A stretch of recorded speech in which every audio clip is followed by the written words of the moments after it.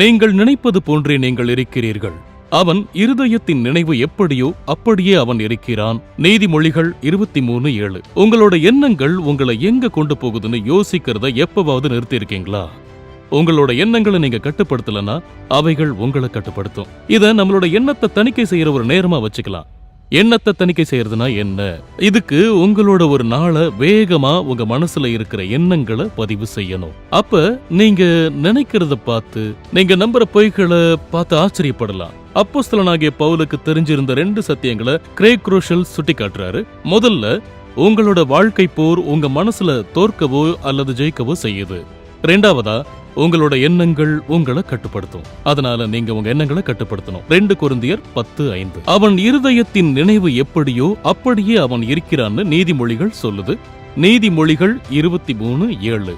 நான் உங்ககிட்ட ஒரு உண்மை சம்பவத்தை பகிர்ந்துக்க விரும்புறேன். மேட்ங்கிற ஒரு இளைஞன் இருந்தா. பெரும்பாலான சிஇஓக்கள் கிட்ட இருக்கிற பட்டமோ அனுபவங்களோ இல்லைனாலும் கூட எதிர்பாராத விதமா அவன் தன்னோட அப்பாவோட ஒரு பிசினஸ்ல பொறுப்பெடுத்தான். அப்ப அவனோட மனசுக்குள்ள இந்த பொய் ஓடிக்கிட்டே இருந்துச்சு.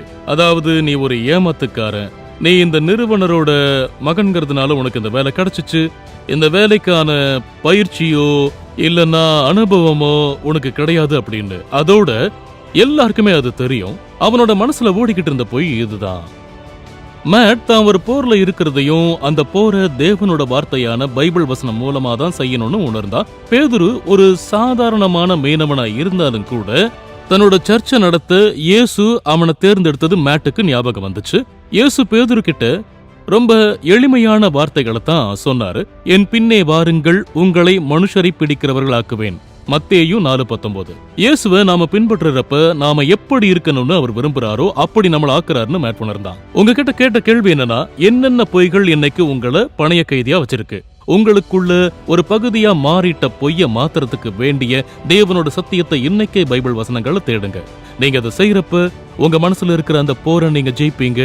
அதோட உங்க மனசையும் உங்க எண்ணங்களையும் கட்டுப்படுத்துறது மூலமா தேவன் இருக்க விரும்புற மாதிரி நீங்க மாறுவீங்க. தேவன் ஆசீர்வதிப்பாராக.